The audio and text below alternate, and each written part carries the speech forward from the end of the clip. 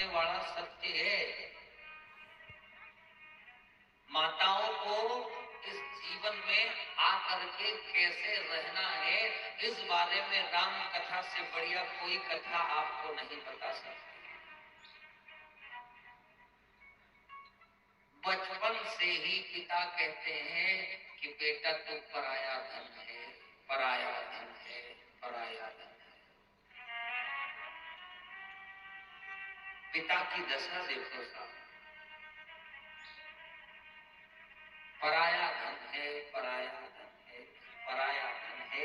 वो बेटी अपनी हर इच्छाओं को पूरी करने के लिए अपने पिता से कहती है, तो पिताजी कहते हैं बेटा बाहर नहीं जाना। क्यों नहीं जाना? जमाना खराब है, तू पराया है। पिता बेटी को क्या दर्जा देते हैं? कहते हैं राजकुमारी, कि तू मेरी राजकुमारी है। हर बेटियों के जीवन में ये पल, ये क्षण आया होगा कि हर पिता ने अपनी बेटी को गोद में लेकर के उठाया होगा और उठाने के बाद में कहा होगा कि तू मेरी राजकुमारी है। वही बेटी जब बड़ी होती है तो उसके लिए लड़का देखना प्रारंभ करते हैं। बहुत अच्छी बात है कि पिता अपनी बेटियों का जीवन सुधारना चाहते हैं, इसलिए ऊंचा कुल, ऊंचा खानदान, ऊंचा परिवार देख करके अपनी बेटियों का विवाह करते हैं माता बहन।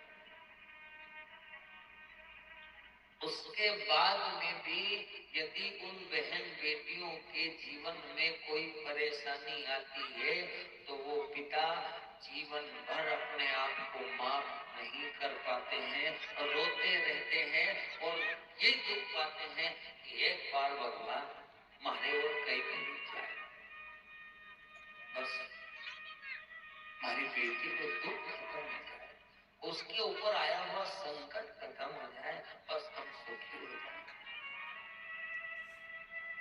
जीवन को देखो आप, बेटी जब से बड़ी होती है परिवार वाले ये अंकुश लगा देते हैं कि बेटा तू पराई है।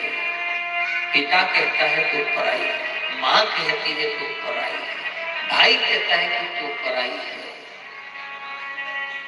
पर क्या आप अपने हृदय से उस अपने बड़े नाज से पाली पोसी हुई बेटी को क्या पराया कर सकते हो?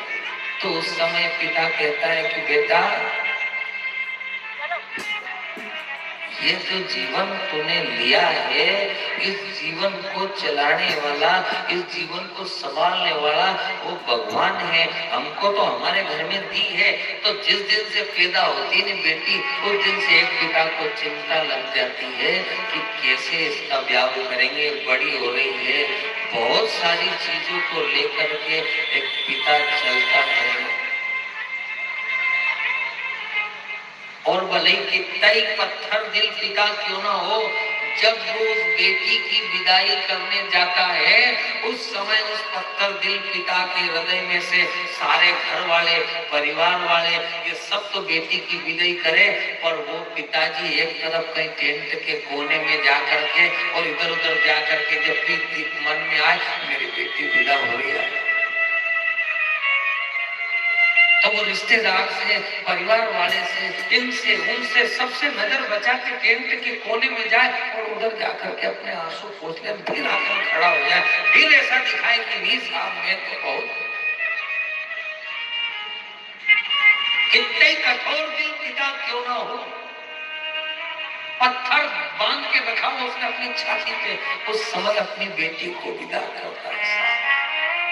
वो बेटी माँ से लिपट लिपट के रोए कि माँ मुझे नहीं जाना, पिता से लिपट लिपट के रोए कि माँ, भाई से, बहन से, सबसे लिपट लिपट के रोए। जब विदाई होई नहीं, गेट पे उसकी डेली पूजन होए, उस समय वो बेटी के बेटा पूज ले, या आज थारी आखिरी डेली पूजन है,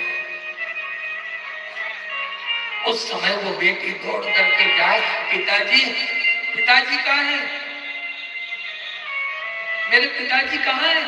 पिताजी टेंट के कोने में रो रहे हैं, वो आए बेटा, वो कितना ही पत्थर दिल क्यों नहीं हो साहब, उसकी आंखों से आंसू की धार बह जाए। बेटा कि पिताजी मुझे क्यों विदा कर रहे हो? बेटा ये तो संसार का नियम है, पर एक बात मेरी याद रखना कि यदि यहाँ से तू जा रही है तो अपने सासू ससुरे को कभी दुख मत देना, कभी इनको दुखी मत करना।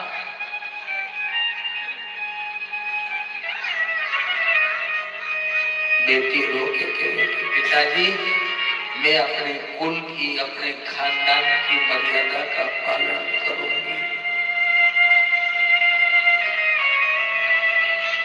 फिर भी गाड़ी में बैठते बैठते और उसका ध्यान फिर एक बार उतर के पिताजी माता जी मुझे ले जाना।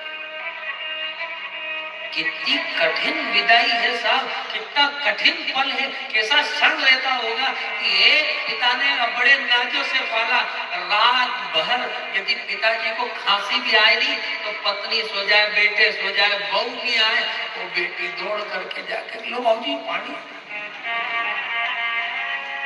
माँ से इतना प्रेम कम रहता होगा, लेकिन पिता से जो प्रेम रहता है प्यारे, उसकी मैं वर्णन नहीं कर सकता।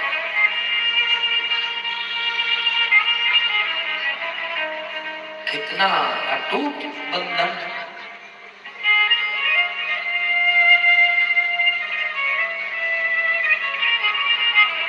तुलसी बाबा लिखते हैं कि जब सती का विवाह भगवान शिव से दक्ष प्रजापति ने किया, उस समय सती और भगवान शिव के जीवन के बीच में दक्ष प्रजापति ने अपने मन से सती का ब्याह नहीं किया था, लेकिन उसके बाद में भी अपने कलेजे का टुकड़ा विदा हो रहा है।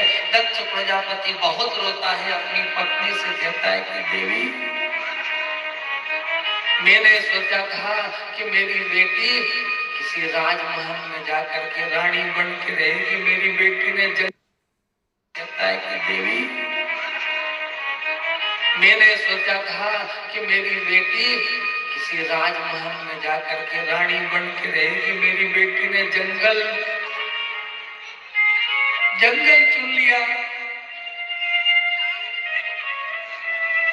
कैसा जीवन चुना है मेरी बेटी ने।